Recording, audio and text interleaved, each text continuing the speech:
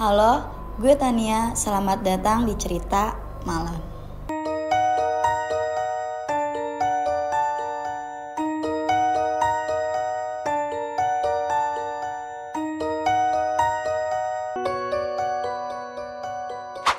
Tempat di mana kita akan membahas kisah-kisah horor, misteri, dan juga tragedi yang terjadi di seluruh dunia. Di episode Minggu Horor kali ini, gue akan bawa kalian ke sebuah desa kecil yang letaknya berada di Indonesia.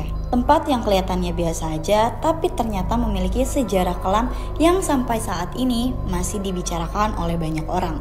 Sebuah titik di persimpangan jalan yang biasa disebut dengan perempatan maut.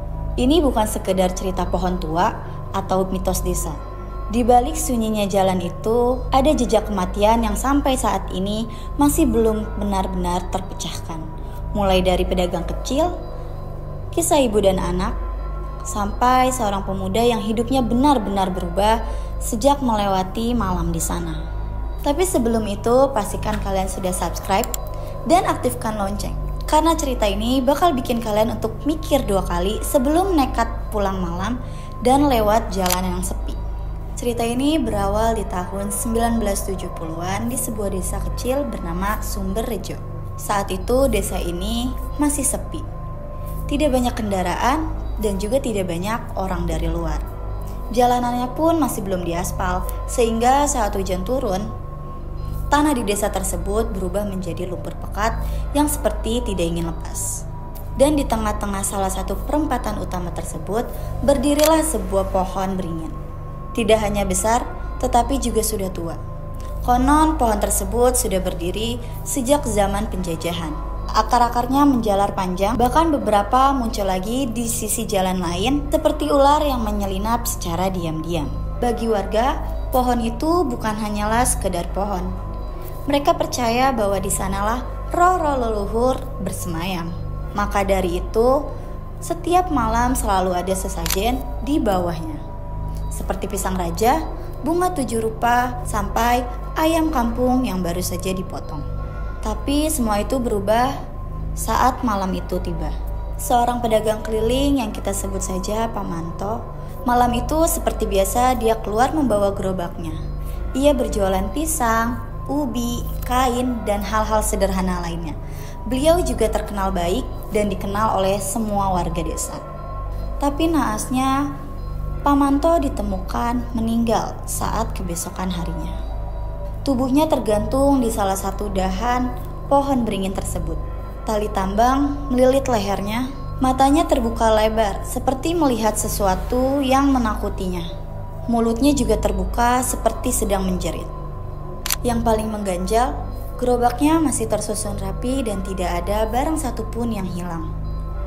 Polisi dari kota pun datang untuk melakukan penyelidikan.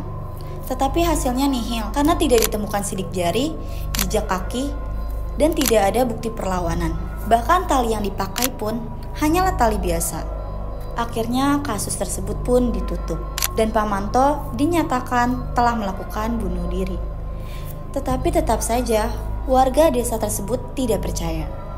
Setelah kejadian tersebut, perempatan itu pun memiliki ceritanya sendiri.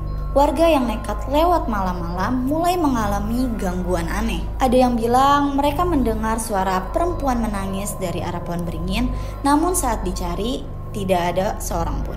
Ada juga yang melihat bayangan hitam dan saat dikejar bayangan itu malah menghilang. Tapi yang paling sering muncul adalah sesosok anak kecil berbaju putih dengan wajah pucat dan rambut panjang yang menutupi wajahnya. Ia hanya berdiri di tengah perempatan tersebut dengan tatapan kosong sambil melihat orang yang lewat di perempatan tersebut. Dan perlahan gadis kecil itu pun mulai hilang dalam kegelapan. 15 tahun kemudian, di tahun 1995, ada satu keluarga yang pindah ke kampung utara. Mereka adalah Pak Slamet, istrinya bernama Bu Sri, dan juga anaknya yang masih berumur 5 tahun bernama Dika. Pak Slamet ini baru saja mendapatkan pekerjaan sebagai penjaga malam di sebuah gudang tua milik tuan tanah di kampung timur. Suatu malam, Pak Slamet belum juga pulang. Dan hal tersebut membuat istrinya khawatir. Dengan rasa khawatir, Bu Sri pun mengajak Dika untuk menyusul ke gudang tempat suaminya bekerja. Mereka berdua hanya jalan kaki dan membawa lampu minyak sebagai alat penerang. Mereka berdua pun melewati perempatan tersebut. Keesokan paginya, warga pun menemukan Bu Sri yang terduduk di bawah pohon beringin. Matanya terbuka tetapi tidak ada pupilnya sehingga matanya hanya berwarna putih. Di pangkuannya terdapat Dika dengan wajah tenang, namun ditemukan sudah tidak bernyawa. Sementara itu, Pak Slamet ditemukan di gudang. Ia terduduk di pojokan ruangan sambil memegang pisau dan gemetaran, dan mulutnya terus menggumam. Mereka panggil aku. Dan sejak saat itu, Pak Slamet tidak pernah sama seperti dulu lagi. Jiwanya seperti tidak ikut pulang. Sekarang kita time skip. Di tahun 2025, perempatan itu masih ada. Pohon beringin juga memang sudah tua. Beberapa dahannya pun sudah mulai patah. Tetapi suasananya masih sama. Malam tetap sepi dan sunyi dan orang-orang masih menjauhi perempatan dan juga pohon tersebut. Tetapi tidak dengan Adi.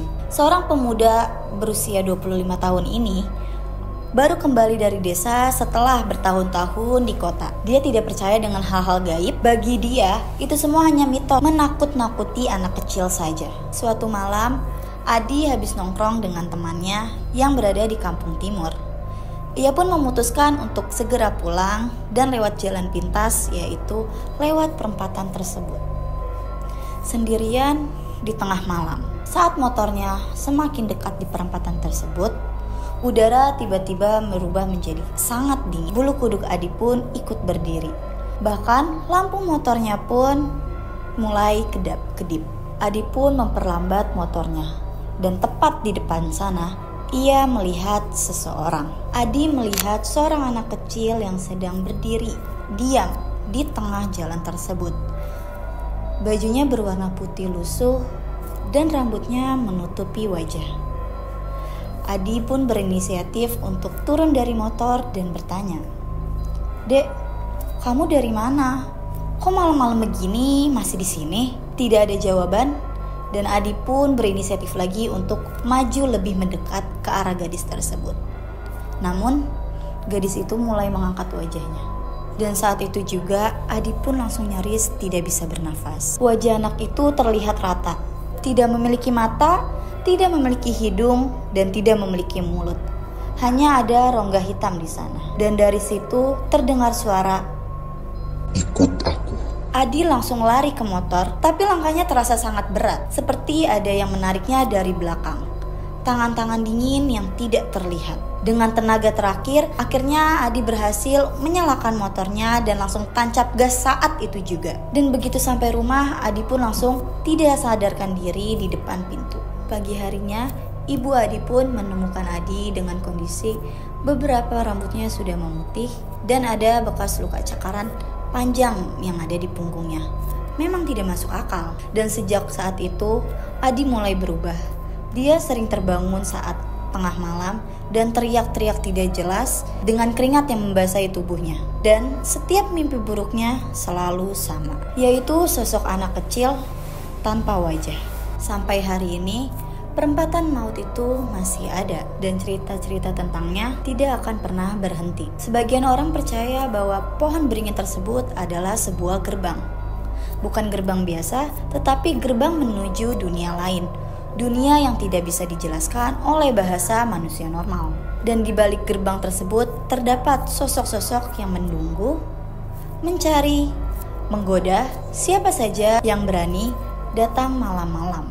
So, menurut kalian, apa yang sebenarnya terjadi di perempatan maut? Apakah itu cuma kebetulan? Atau memang ada sesuatu di sana yang tidak bisa kita lihat, tetapi selalu menunggu korbannya untuk lewat malam-malam? Tulis di kolom komentar pendapat kalian. Dan jangan lupa like, share, dan subscribe supaya kalian tidak ketinggalan episode-episode lainnya. Sampai ketemu lagi di cerita malam. Dan ingat, kegelapan selalu punya cerita.